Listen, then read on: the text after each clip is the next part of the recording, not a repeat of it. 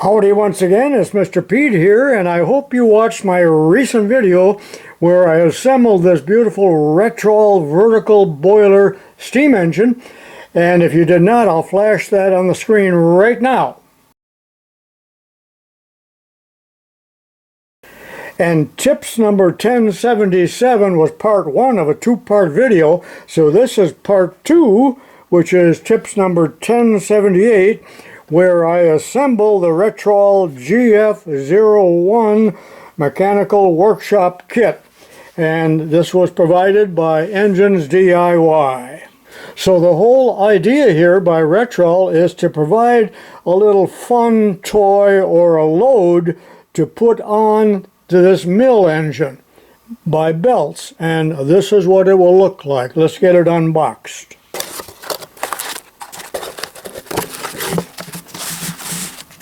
And yes, I know that most of the civilized world hates an unboxing, so I'll get everything out of the protective foam and we'll take a look at the parts and then the instruction sheet.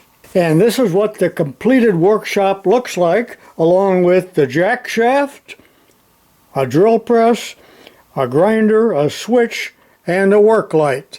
And this is for ages 16 and up. Here is the part sheet, and notice that both the drill press and the grinder are pre-assembled, and also that the light is battery driven, not belt driven from the generator like the engine itself. This is a very simple build compared to the engine, with just 2 pages of instructions. And on page 2 is a parts list. Let's get started. And here's the sum total of the parts, and everything is made of aluminum, brass, and stainless steel, and a painted base. Again, these are by RETROL. A bag of bearings and fasteners, couple bags actually, and the necessary tools, shafts, belts. Here's a little battery carrier for the light, and there's the light. And what do we have here? 4 or 5 pulleys, a Frankenstein switch, the stainless standards or supports, and look at that gorgeous little grinder, along with the tool rests and the belt to drive it. And the drill press itself is quite a little marvel. Bevel gears, actually moves up and down. I don't believe we can actually drill anything with it. And the table will rotate and can be raised and lowered. Much of the assembly will be done off camera, but the drill press will be mounted right here on those 2 holes, the grinder on these 2 holes, and the standard beautiful brass base for the light right here in the corner. And they're all fastened with 10mm long cap screws, and a little wrench is included.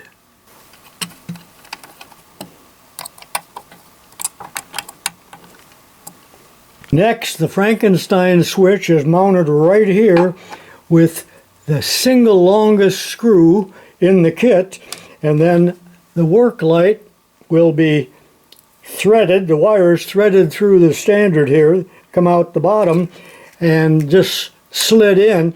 And if it's anything like the other kits, this will spin, and I will probably use some green Loctite to hold it in place. And yes, a drop of Loctite retaining compound will be necessary. Do not use the blue stuff. And looking at it from the bottom, of course you can see the wires coming out. Looking at the model from the bottom, these 2 wires that are coming from the lamp should be fed through this square hole, and I'm reaching around with my other hand and pulling it through. This is the battery carrier, and it takes 2 AA batteries, and there are no screws involved. It is sticky tape. So these 2 leads will be put into this square hole up to the switch, like that.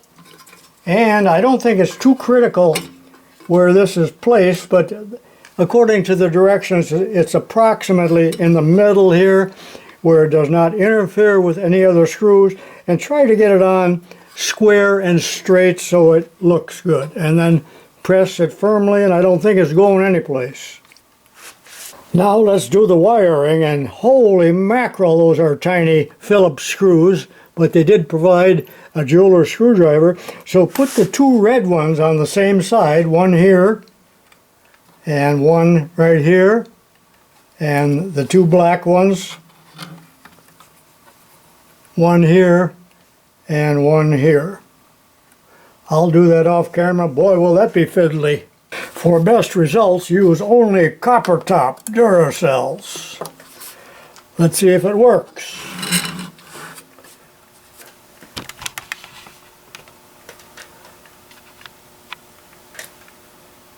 Ta-da! Next, let's assemble the jack shaft. So you've got two of these hexagon brass parts with holes in the end and one hole in the middle, and then the shaft that is drilled and threaded on the ends, along with the uprights. And there are 6 screws, and they are the short ones. Okay, I've got this screwed together just finger tight, and then these two flats need to be in the horizontal position and will be screwed down right here with the 2 remaining screws that are a little bit longer than the other ones. And by the way, they did include some spare screws. Thank you for that. I think that says thank you in Japanese. This is fun and very simple, and if you're interested in one of these, I'll put a link in the description as well as a discount code. So tighten down all, what is it, 8 screws.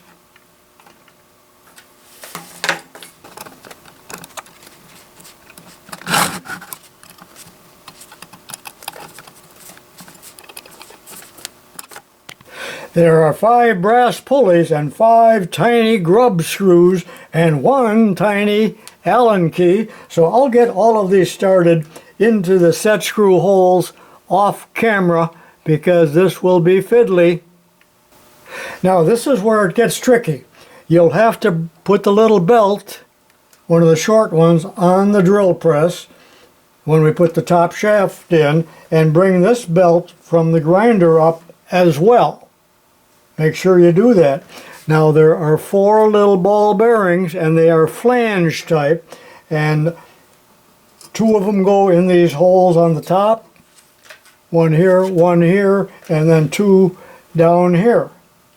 There are 2 shafts and they are identical, but notice that on one end there's a tiny little snap ring or retaining ring, and that we got the bearing in here already, so I'll get that started like that. And then before I go much farther, 2 of the brass pulleys, and I'm going to put the set screws off to the right.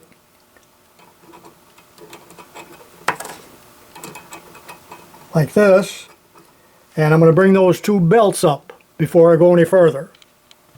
Okay, watch carefully. The 2 belts are in place. Notice this bearing keeps coming out. That's all right. And I'll bring the shaft all the way through into here and through this bearing. I know my hand's in the way. And we can locate these pulleys later on. But now we've got another pulley that'll go on this end, and there is a flat on the shaft, so make sure the set screw goes against the flat. Make sure that both bearings are in the standards as needed, and then we'll tighten up this screw, grub screw, and that keeps the shaft from moving. And the bottom shaft, very similar, a bearing up against the snap ring like that, and fed into here. Now this is tricky because you need to put this triple brass pulley on, and I'd rather have the set screw, well, I guess both ends are the same on this, so it doesn't matter. So that'll go on like that, and make sure you put the 3 belts on, just so they're in there any old way, and then bring the shaft up and another bearing into this end or my hands in the way, and feed the shaft, if I can see here, into the bearing like that, and this bearing into the standard. Yeah. And finally, this little drive pulley, brass, onto the end, and that'll hold it into place, and I will tighten the grub screw off camera. I did put just a little dab of green Loctite there. I'll wipe that off later on after it sets. Note that the shafts spin quite freely because they're on ball bearings, and if they do not spin, go back and correct that, and I'll put this final, I'm going to call it a O-ring, but it's a belt, and it's the main drive belt onto these two pulleys.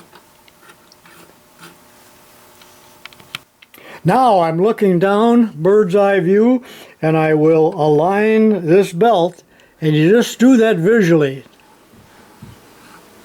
And tighten the grub screw, and same thing here. There'll be resistance if you do not get them lined up correctly, and it will probably throw the belt. And when you tighten these grub screws, there is no flat on the shaft. Well, I do believe I'm done. And of course, these three belts will go onto the big mill pulley on the engine itself. And you can see everything turns freely. Now this is quite a load. I hope the steam engine has the guts to turn it over.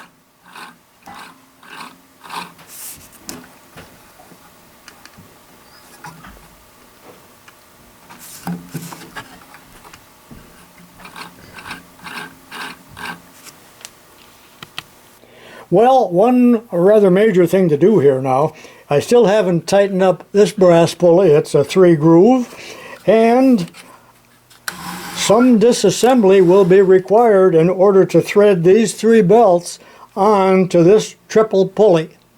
So that will be done off camera, and when I come back, the two will be tethered together. It was a little tricky threading those belts through, but I got it done. And now, if I move these around, they have to be moved together, and I need to keep them parallel and taut. I might, at some point, even cut a board of the correct width to hold the tension. But watch as I turn the flywheel. You can see the drill press and the grinder turning. So the next step is for me to fire up the engine and see if it will drive these tools. I'm sure it will. The engineering here on both the engine and the accessory kit really is quite ingenious. I love the materials, the brass, the aluminum, and the stainless steel. No cost was spared. Okay, the boiler is filled with distilled H2O and denatured alcohol in the firebox, and we'll get it running here in about 3 or 4 minutes.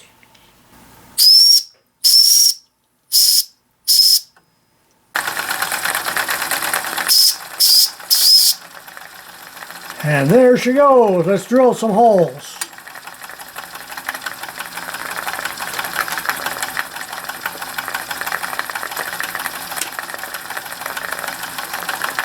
Ooh, is that ever bright?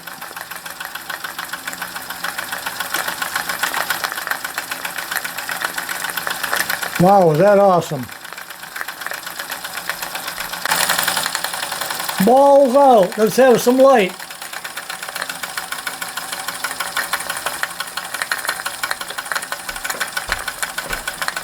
That little generator actually draws quite a bit of power from the engine.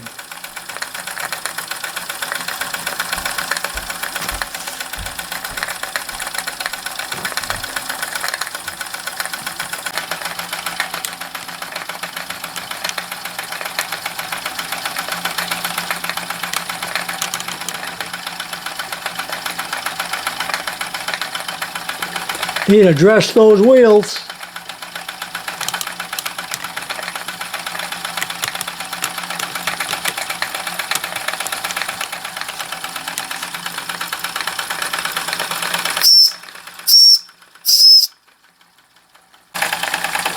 Well, if you like this little accessory set with the drill press and the grinder and the line shaft, remember, look down in the description for a link and a discount code. Now, if you're a collector or model maker, be sure and watch my follow-up video where I talk about this antique accessory set, and I've got a few more items as well as what you see here. Some of this needs work. As a matter of fact, it all needs work. Here's a little punch press, and you know, there's parts missing. Children have played with this and methodically destroyed it, but you might enjoy seeing the older stamped toys sold in children's catalogs with the more high quality items that come from overseas, aimed at adults and model makers and collectors, where this was a child's toy. Well, it's Mr. Pete saying so long for now. Hope you enjoyed this video and the previous video, as I already mentioned, that featured the assembly of this engine. Thank you to Engines DIY and RETROL for supplying these for your viewing pleasure. See you next time.